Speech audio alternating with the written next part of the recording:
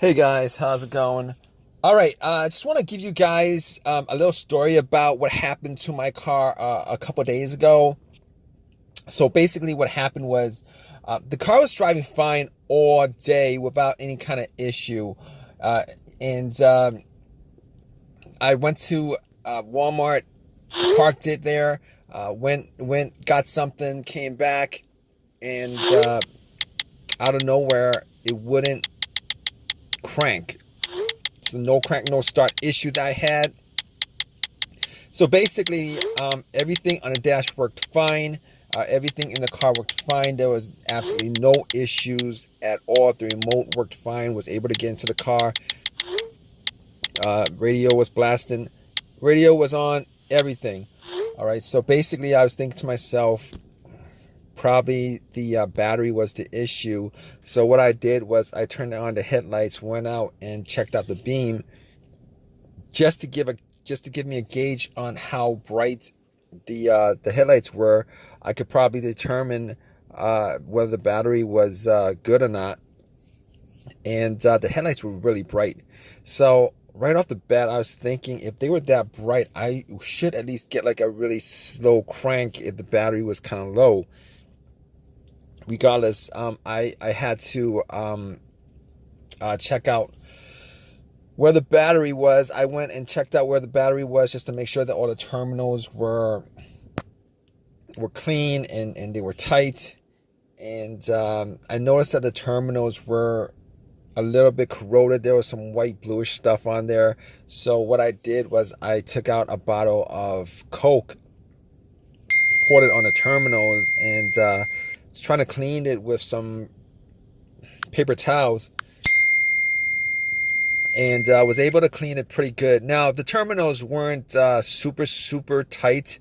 I was able to wiggle it out, but they were snug in there, so I knew that it probably wasn't the terminal being loose that was causing the issue. And then after I cleaned it up, popped it back on, and tried to start the car, it did the same thing. It wouldn't crank, it wouldn't start, but everything else seemed to be working all right. So at that point I was thinking to myself, all right, maybe it could be a weak ground wire. If you guys don't know what where the ground wire is, the main ground wire is pretty much the negative terminal, and most of the time it connects to the frame of your car. So I checked it just to make sure there's no corrosion, that it wasn't split or anything like that. There was no issues with it. So what I did after that was I had a battery pack that I bought a couple of months ago, because I had the same situation where I swapped out the battery.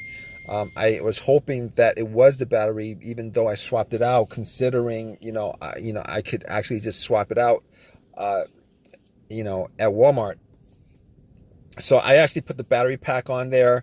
It was at 100%. Tried to start it, and still wouldn't start. So at that point, I knew it was probably not the battery. And even though, I didn't think it was the alternator, I could probably just at that point rule out the alternator, because if it was the alternator, the car would have at least slow cranked, or I would have been able to start it. And then once I took the battery pack off, it would have just died out.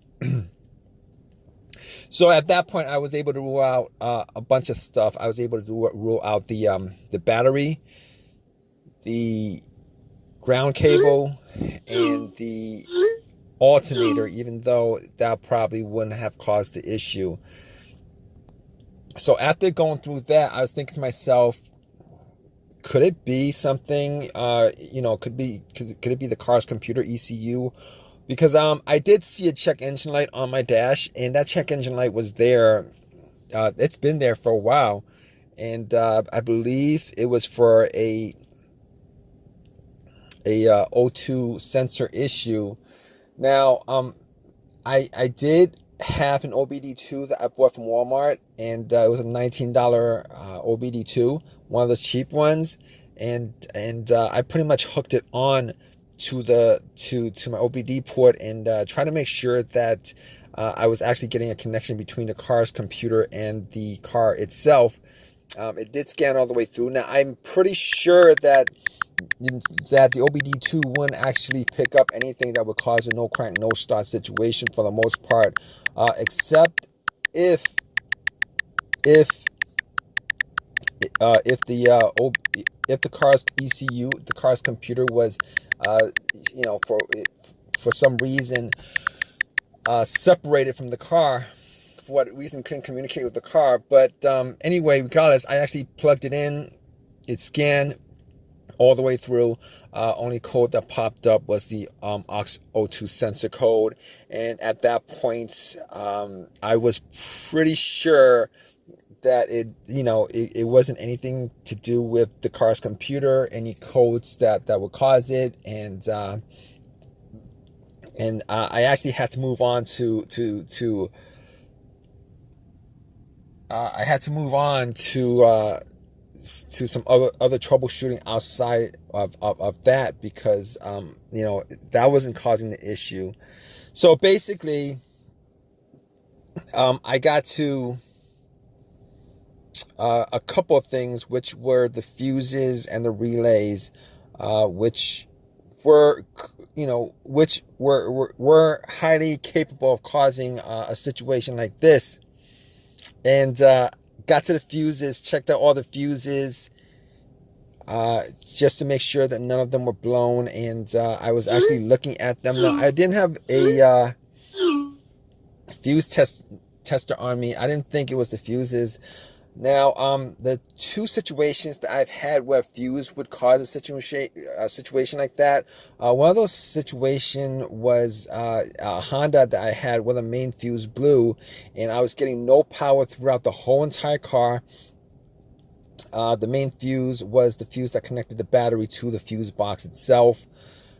And that was the previous situation that I have, and I'm pretty sure that wasn't the same situation that I had, so I could rule that out, because I was getting power to everything except it wouldn't start.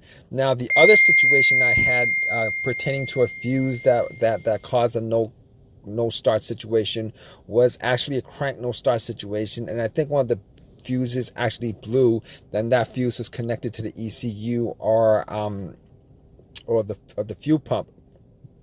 And I remember once I changed out that fuse, the car would crank, but it wouldn't stop. Once I changed out that fuse, it was able to start up. So I could rule out those two situations as being, related to a fuse issue that would cause this situation that I had. So, so basically, I could rule those things, the fuses out, and the fuses were pretty clean. I didn't smell any kind of burnt smell, and didn't see any kind of brownish, anything brownish, and a brownish appearance on top. So at that point, I was able to kind of rule out the fuses, not at 100%, but I was able to rule out the fuses for the most part. So basically, at that point, I had a situation where I was maybe, it could have been the relays or the starter. That's what the two situations that came up. But I didn't think it was the starter, because I did switch out the starter about, I would say I switched out the starter about a year and a half ago, and that was, it seemed like it was a starter issue, but I didn't really want it to be a starter issue, considering I only put maybe like 20,000 miles on my car, and I think they should last a lot longer than that. But anyway, before I even went there, I looked at the relays, just to see whether they had issues or not. Now, I couldn't make out whether the relays had issues, but I did get to the starter relay. I pulled it out. It looked like it was a bit dirty or whatever, but I had some rubbing alcohol, put it on some paper towel, and wiped the connectors, put it back in, try to start it. It really didn't do anything.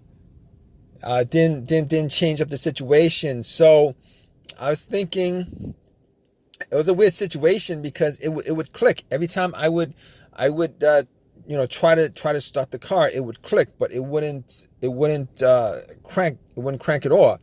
Normally when it clicks, it normally means that the relay is working, because that's what the relays do when there's electricity going through, that it clicks to connect the connection, to whatever it's relaying the electricity to. But regardless of that, I actually had another relay that I was able to swap out with that, and I actually was looking for another relay with the same, with a similar relay in the box, and I was actually able to find one. And what I did was I took that relay out, and I swapped it with with the other relay, and I went back and tried to start it, and guess what? Bam! It started up. It worked without a problem, and at that point, I knew that it was the relay that was the problem. All right. So it was a pretty easy fix. I drove to AutoZone, which was within that whole shopping center. Swapped out the relay, and that was like 3 days ago. Haven't had a situation since. I've been driving the car, turning it on, off, for 3 days. Haven't had that situation at all. So just want to give you guys, just gonna give you guys that story of a quick fix that I had of my car. If you guys are in the same situation, you guys watching this video, hopefully you guys have as easy of a fix as I had on my car. You guys have a comment, leave your comment in the comment section. Please give me a thumbs up. Please subscribe.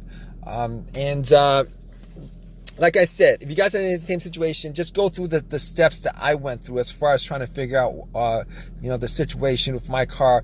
And, you guys should be good as far as troubleshooting and diagnosing your particular problem.